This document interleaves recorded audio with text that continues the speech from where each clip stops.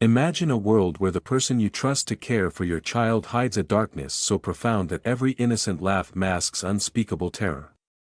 What would you do if you discovered that nightmare lurking in your home? Stay with me as we unravel the harrowing true story of Olivia, a little girl whose life was turned upside down by a caregiver whose facade concealed a horrifying past. The seconds ticked away with a relentless precision that matched the pounding of a terrified heart. In a quiet, seemingly normal suburban home, young Olivia found herself trapped in a nightmare. As the clock continued its ceaseless march, every tick echoed through the empty hallways, merging with the soft hum of the television in the background. Huddled in the dark recesses of a cramped closet, Olivia's frail body shuddered with each passing moment. The distant, almost mocking laughter of her babysitter, Madeline, intertwined with the muted chatter of a TV show, forming a grotesque symphony that stood in stark contrast to the silent, desperate sobs of the little girl. This was not just any ordinary day in the Thompson household, it was a day that would forever shatter the fragile sense of trust that Olivia's parents, Rebecca and James, had placed in Madeline. As we delve into this true story, we uncover a tale of betrayal so deep that the boundary between a caregiver and a tormentor blurred into insignificance. In a moment that felt suspended between hope and despair, Olivia's world was about to change in ways no one could have foreseen. Just when it seemed that a glimmer of solace might emerge from the oppressive darkness, a sudden, familiar sound shattered the stillness. The gentle click of a closing door, a sound that for any child might signal the end of playtime or the start of bedtime, became, for Olivia, the harbinger of dread. That simple noise was enough to fracture the small girl's delicate peace of mind. In a heartbeat, the cozy living room she once knew transformed into the suffocating confines of a closet. The air grew thick with the odor of old, musty coats, and the rough texture of the wooden panels pressed against her palms as she frantically pounded on the door, begging to be let out. Olivia's heart raced, its erratic beating drowning out every other sound. The room spun around her, and soon, her legs began to buckle under the overwhelming weight of her fear. "Not again," she whimpered, her small hands covering her ears in a vain attempt to block out the sinister echoes of Madeline's laughter, a laugh that, in that moment, seemed to embody pure malice. Inside the house, Rebecca had been in the kitchen, preparing dinner and humming softly to herself. But the sudden, suffocating silence that replaced the usual background noise set off alarm bells in her mind. The absence of Olivia's familiar, quiet energy was a harbinger of something terribly amiss. Compelled by an instinctive maternal urgency, Rebecca moved cautiously towards the living room, her heart pounding as she tried to piece together what could have caused the abrupt stillness. There, she found Olivia frozen in place, eyes unfocused, her breath coming in shallow, erratic gasps. The sight was enough to send a chill down Rebecca's spine. Kneeling beside her daughter, she spoke in a gentle, soothing tone, "Olivia, sweetheart, can you hear me? You're safe now, you're at home with me."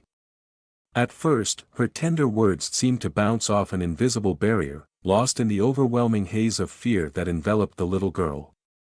But slowly, as Rebecca continued to remind Olivia of the safety and love that surrounded her, something shifted. Olivia blinked rapidly, her eyes beginning to focus on her mother's comforting face. The oppressive walls of the closet receded in her mind, replaced by the familiar contours of her home. Drawing in a series of shaky breaths, Olivia began to find her way back to the present. "Mom," her voice quivered, thick with unshed tears and lingering terror. Rebecca nodded, opening her arms in an unspoken invitation. In that tender embrace, Olivia felt the last vestiges of the panic attack start to loosen their grip. For a brief moment, mother and daughter were united in a wordless understanding, a promise of protection and unconditional support that no darkness could ever fully eclipse. Yet, as peace settled back over the living room, the sound of a doorbell broke the fragile calm. It was Madeline, the babysitter, whose arrival ushered in a palpable shift in the atmosphere. Her smile, bright yet hollow, did little to mask the undercurrent of tension that seemed to seep from her very being. Good morning, Rebecca. How's our little Olivia doing today? She chirped in an artificial tone as Rebecca reluctantly opened the door. Behind the forced cheer, Rebecca's heart was heavy with worry as she allowed Madeline into the house. Madeline's demeanor was the perfect picture of a caring professional, kind words, gentle touches, and an air of confidence that reassured any parent at a glance. Yet, as she knelt to Olivia's level, her tone softened ever so slightly. Hey there, darling, ready for another fun day? Olivia's response was a mere nod, a silent, subdued reaction that clung to her mother's leg as if seeking refuge. Rebecca's hand instinctively tightened on Olivia's shoulder, a silent vow of protection. But as soon as the front door clicked shut behind them, the warm facade evaporated. In an instant, Madeline's smile vanished, replaced by a cold, hard glare that sent shivers down Olivia's spine. With a voice dripping with contempt, Madeline snapped, "All right, you little brat, let me make one thing clear, I'm in charge here, and you're going to do exactly as I say." Olivia, trembling uncontrollably, nodded frantically. Her lower lip quivered, and before she could process what was happening, Madeline's hand lashed out, gripping Olivia's arm with bruising force. "I said, do you understand?"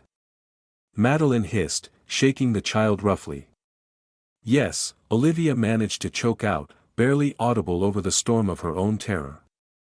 For the next hour, Madeline's voice turned increasingly harsh.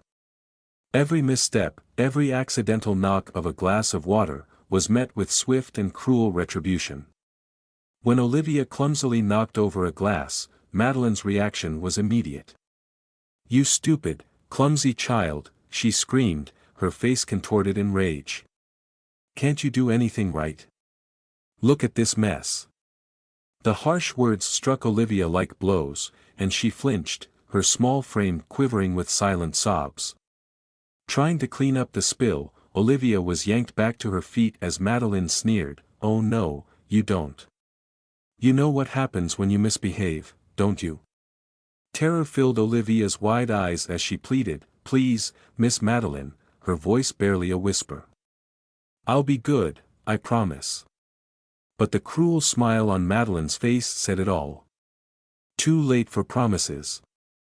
"It's time for a timeout," she declared, her tone leaving no room for argument. "This time, you're staying there until you learn your lesson." Dragging Olivia toward the closet, each step was accompanied by a chorus of fearful whimpers that seemed to echo off the walls. With every forced move, the tension escalated to an unbearable climax. Olivia's heart pounded so fiercely that it drowned out even Madeline's relentless verbal barrage. The closet door loomed before them like a gateway to an abyss of darkness and terror, a place that Olivia knew all too well. In a desperate bid to delay the inevitable, her legs gave out. But Madeline was relentless, her grip never wavered as she hauled the child to her feet once more. As she forcefully guided Olivia to the confines of the closet, a disturbing question hung in the air: how could someone who willingly worked with children harbor such a deep-seated hatred? The answer lay buried in Madeline's troubled past, a past marred by her own childhood trauma. Madeline's early years had been anything but idyllic. Growing up in a household devoid of warmth, she was subjected to a relentless barrage of criticism and severe punishment. Her own mother, a stern and unyielding woman with eyes as cold as ice, was quick to deliver cutting words and harsh discipline. "You're useless," her mother would hiss, her voice laced with venom. "I wish you'd never been born." These words haunted Madeline, their echoes mingling with the memories of long, agonizing hours spent locked away in a cramped space beneath the stairs, a space that smelled of must and despair, where her mother would confine her as punishment. Her father, when present, was no more forgiving. A man of few words and even fewer expressions of affection, he treated his daughter as little more than an inconvenience. His large, calloused hands did not hesitate to deliver swift, painful blows whenever Madeline fell short of his impossible expectations. The sting of his palm, the shock of his touch, became an indelible part of her existence, a perverse reminder of the distorted notion of love she had been forced to endure. As Madeline grew older, the venomous seeds of resentment took root. Watching other children bask in the warmth of their parents' love filled her with a toxic blend of envy and loathing. The injustice of it all burned within her, twisting her perception until she could no longer appreciate the innocence in a child's smile. It was during her turbulent teenage years that Madeline discovered a way to channel her pent-up anger into a form of control. Babysitting jobs offered her an outlet, a means to inflict upon others the very pain she had suffered. Every assignment was an opportunity to assert her dominance, to make someone else feel as small and helpless as she once had been. Initially, her methods were subtle, a harsh word here, an unnecessary touch there, but as her confidence grew, so did her cruelty. Madeline reveled in the fear she instilled in the children under her care. The way they trembled at her approach validated the dark power she felt coursing through her veins. The irony of choosing childcare as a profession was not lost on her, it was a calculated decision. By positioning herself as a trusted caregiver, she ensured that parents would be blind to the storm raging within her. They admired her polished exterior, the bright smiles, the glowing references, never suspecting the malice simmering beneath. In her twisted mind, every act of cruelty was a form of retribution against a world that had failed her. If she couldn't have the childhood she deserved, why should any child be allowed to experience the joy of innocence? As the afternoon wore on, Madeline found herself ensnared in the memories of her own tortured past. The steady ticking of the clock merged with the pounding of her heart, each second a relentless reminder of the long hours she had spent trapped and abandoned. Her mother's biting criticisms echoed in her mind, a ceaseless litany of contempt, "You're nothing but a burden." Every memory, every harsh word, stoked the flames of bitterness that now propelled her actions.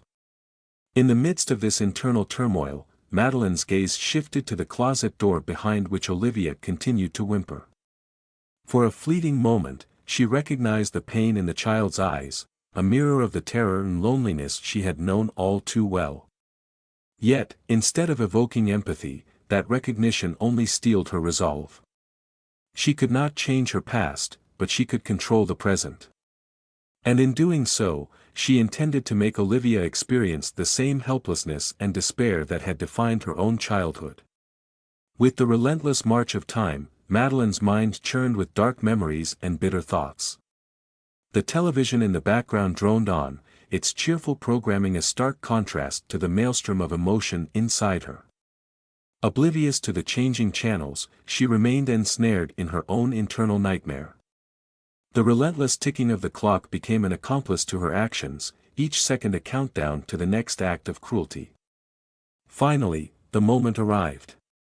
The closet door, a symbol of both physical confinement and emotional torment, swung open with a sickening finality. Olivia's eyes widened in terror as she beheld the small, oppressive space that awaited her. The coats hanging inside, like silent specters of forgotten warmth, seemed to close in on her, their musty scent a tangible reminder of despair.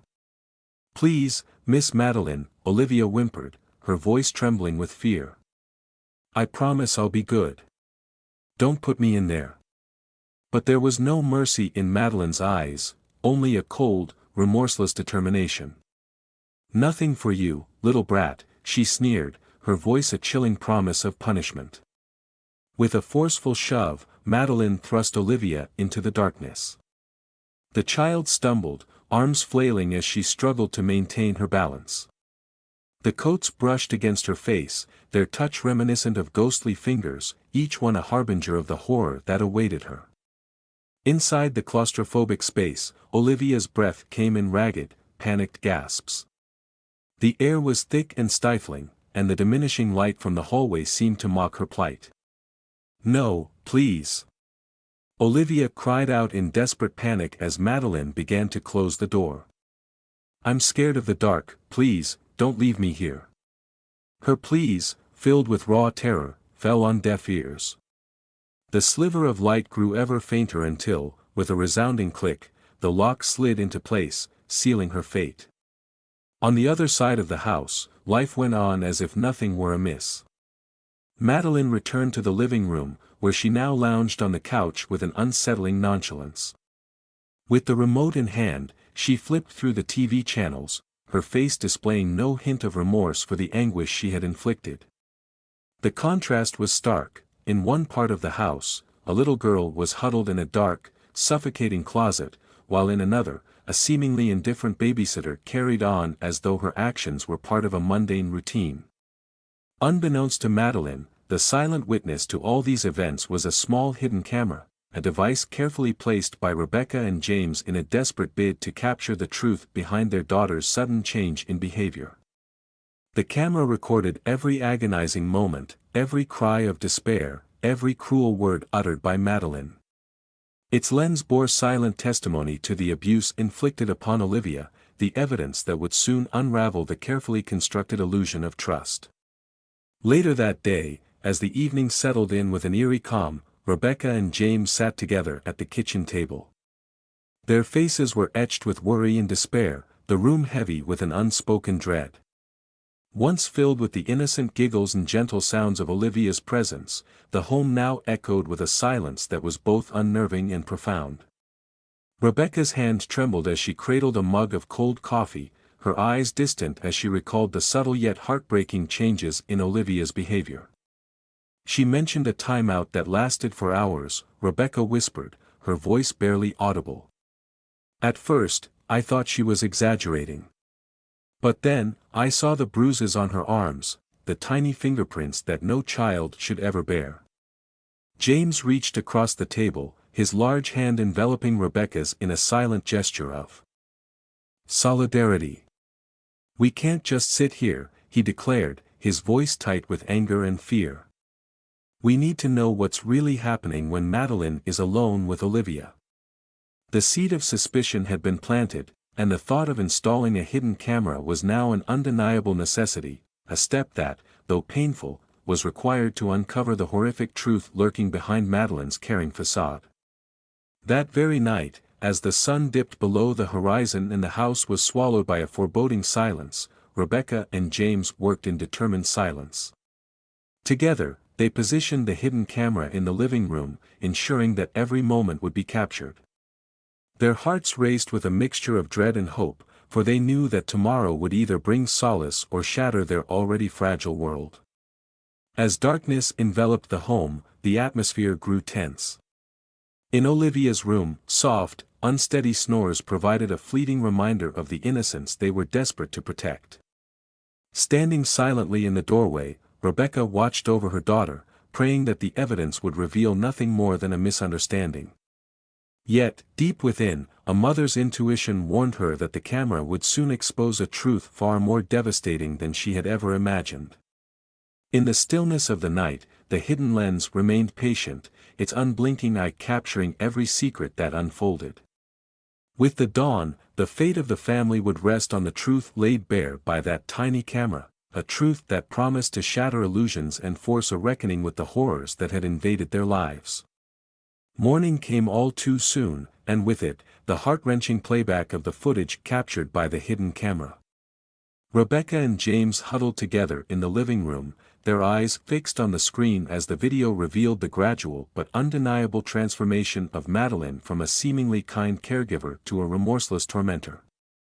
The screen flickered to life, showing Madeleine's cheerful facade crumble as her true nature emerged, a cruel mask that twisted her features into something unrecognizable. Rebecca's stomach churned as she watched Olivia's subdued reactions, the terror etched on her daughter's face now impossible to ignore. Every harsh command, every snap of Madeleine's voice, reverberated through the room like a physical blow.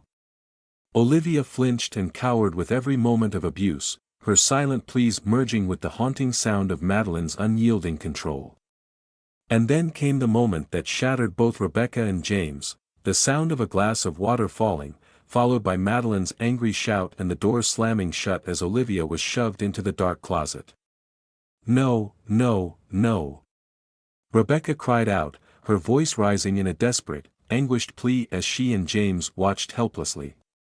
The sight of their daughter's terrified face, a face pressed against the cold wood of the closet, hands pounding in frantic desperation, was enough to ignite a storm of fury and sorrow within them. Rebecca's trembling fingers reached for her phone as she dialed 911, her voice quivering as she spoke urgently to the operator. "Please, you have to help us. Our babysitter is abusing our daughter, we have it all on video. Hurry." Outside, sirens began to wail in the distance, growing louder with every passing moment. The flashing blue and red lights of police cruisers danced across the manicured lawns of the neighborhood as officers sped toward the Thompson home. James's eyes burned with a mixture of anger and determination as he stood by the window, scanning the street for any sign of Madeline. The reality was undeniable: their lives had irrevocably changed, and the evidence captured on that hidden camera would not be ignored. Soon enough, uniformed officers arrived at the front door. With calm but authoritative voices, they began to secure the scene. One officer, his tone measured yet firm, instructed Rebecca to remain inside while he and his team took control of the situation. James's grip on the table tightened into white-knuckled fists as the lead officer motioned for his colleagues to follow him to the door. Inside the house, Madeline had momentarily settled back onto the couch, seemingly unaware of the impending storm. But as the door creaked open and officers stepped inside, her confusion quickly turned to panic. "What's going on?" she stammered, her voice betraying a hint of fear. Before she could offer an explanation, the lead officer, his voice icy and resolute, announced, "Ma'am, we need you to step outside. We have questions regarding your employment here." The words hung heavy in the air, each syllable a verdict in themselves. Madeline's panic escalated as she noticed Rebecca and James standing just behind the officers, their expressions a mixture of fury and heartbreak. I don't understand," she pleaded weakly, trying to muster a defense for herself. "Everything is fine, Olivia is just asleep." But the officer was unmoved. "Madeline Hastings, you are under arrest for child abuse and false imprisonment," he declared, reading her Miranda rights with a clarity that left no room for negotiation. As her face drained of color, her protests grew frantic, but the cold efficiency of the law carried her away. Meanwhile, another officer moved silently through the house, his flashlight beam cutting through the oppressive darkness as he made his way toward the closet. Rebecca's heart pounded in her chest as she heard the unmistakable sound of the lock clicking open. The door swung wide, and the beam of light illuminated a small, huddled figure. There, standing in the harsh glare of the flashlight, was Olivia, blinking against the sudden brightness, her tear-stained face a mix of confusion and relief. "It's okay, sweetheart," the officer said softly, extending a comforting hand. "You're safe now. Your mom and dad are here." At the mere sound of her parents' voices, Olivia's fragile composure crumbled. A heart-wrenching sob escaped her as she scrambled out of the closet and rushed toward Rebecca. In that moment, time seemed to stand still, a brief reprieve from the relentless nightmare, as Rebecca cradled her daughter close, tears streaming down her face. James, overcome with emotion, enveloped them both in a protective embrace. The echoes of that moment, the slam of the cruiser door, the distant wail of sirens, signaled not just the end of one horrific chapter, but the beginning of a long, arduous journey toward healing. In the days that followed, the courtroom became the stage for a dramatic confrontation with the past. The trial of Madeline Hastings unfolded in an atmosphere heavy with anticipation and sorrow. The prosecutor, a formidable woman with piercing eyes and an unwavering resolve, approached the podium with a thick file in her hand, a file that promised to dismantle the carefully constructed illusion of innocence that Madeline had maintained for so long. "Your Honor," she began, her voice steady and resolute, "the state intends to present evidence that reveals the defendant's history of abuse and misconduct, a pattern of behavior that spans years and has left a trail of traumatized children and shattered families in its wake." The courtroom fell silent as she opened the file, the rustle of paper echoing like a death knell. Madeline Hastings's employment history is riddled with red flags, each termination a testament to her unbridled cruelty. At Bright Beginnings Daycare, she was dismissed after only 3 months due to inappropriate disciplinary methods and concerning behavior. At Sunshine Kids, her stint lasted a mere 6 weeks, with termination letters citing erratic mood swings and unexplained bruising on several children. A murmur of discontent and horror rippled through the gallery as the prosecutor continued, her voice growing more impassioned with every piece of damning evidence. "Perhaps the most damning evidence," she said, lowering her voice to a near whisper so that the entire courtroom leaned in, "comes from those who worked alongside Ms. Hastings." She gestured toward the witness stand where a visibly nervous woman in her mid-30s, now known as Cassandra Reed, sat clutching her hands. "Cassandra, can you please recount what you witnessed during your time at Little Sprouts Learning Center?" Cassandra's voice trembled as she began, "Ms. Hastings, she could be so cruel. I'd often hear her yelling at the children when she thought no one was listening.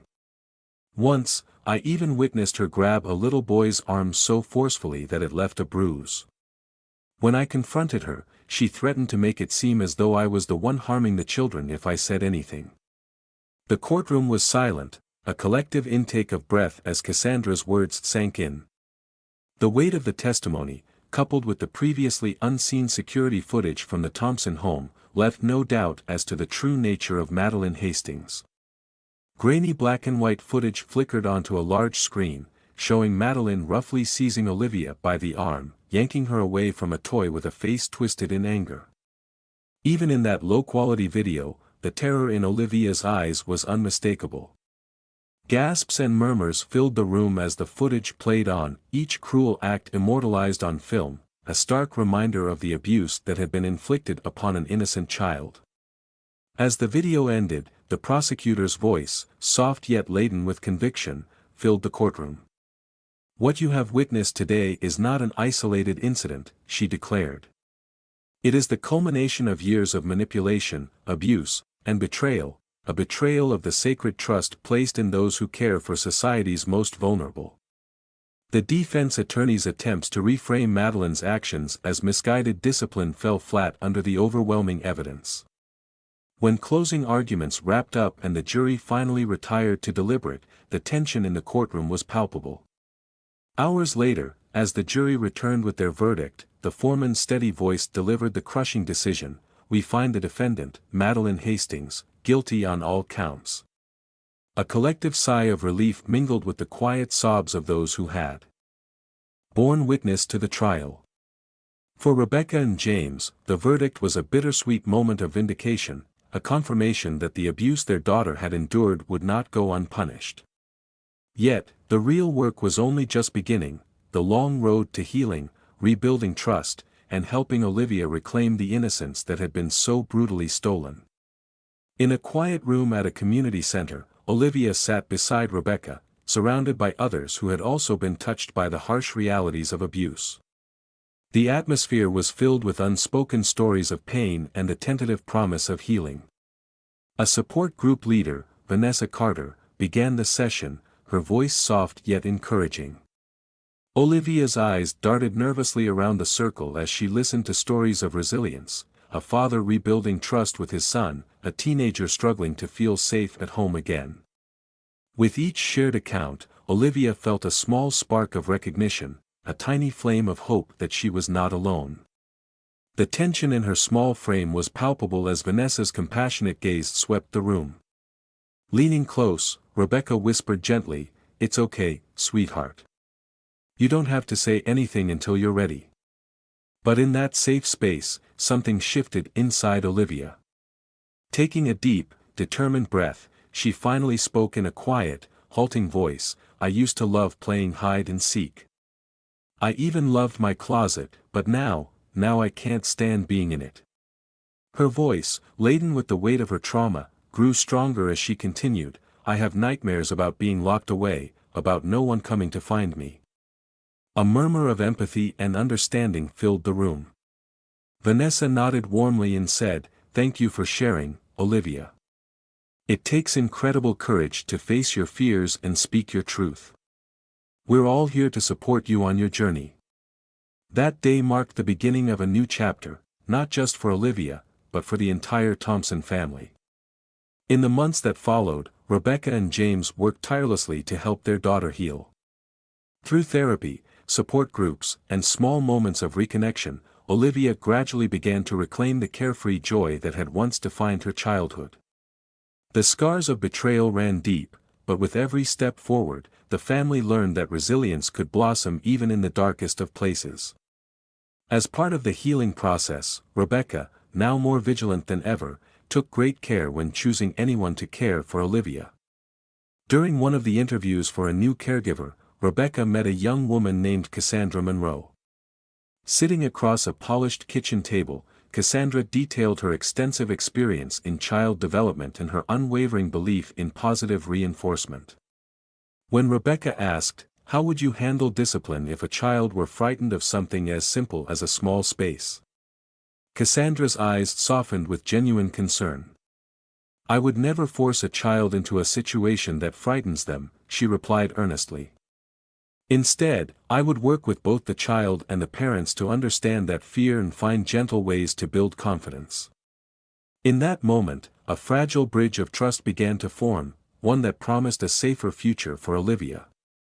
Over time, the Thompson household slowly transformed. The bitter memories of that fateful day were not forgotten, but they were gradually replaced by moments of tenderness and hope. Olivia's laughter, once stifled by terror, began to echo through the halls again, albeit with a cautious hesitance. Rebecca and James, while forever changed by the events that had transpired, found solace in the progress they witnessed each day, a small victory over the darkness that had once threatened to consume them. The story of Olivia, Madeline Hastings, and the Thompson family stands as a stark reminder of the fragility of trust and the strength required to reclaim it once broken. It is a tale of horror and heartbreak, but also one of resilience and the indomitable human spirit. In sharing this story, we honor the courage of those who, despite unimaginable suffering, continue to move forward, seeking healing, justice, and the promise of a better tomorrow. As we close this chapter, remember that even in the face of the most profound betrayal, hope can still take root. The journey may be long and the wounds deep, but the path to recovery is paved with love, understanding, and the unwavering determination to rebuild what was once lost. Thank you for joining me in uncovering this harrowing story, a story that challenges us to look deeper, to question the trust we place in those around us, and to stand united in the fight for justice and healing. If this story touched you, inspired you, or sparked a fire for change, please subscribe, hit that notification bell, and share your thoughts in the comments below. Let's start a conversation about protecting our children and building a future where every family feels safe. Your voice matters, and together, we can make a difference.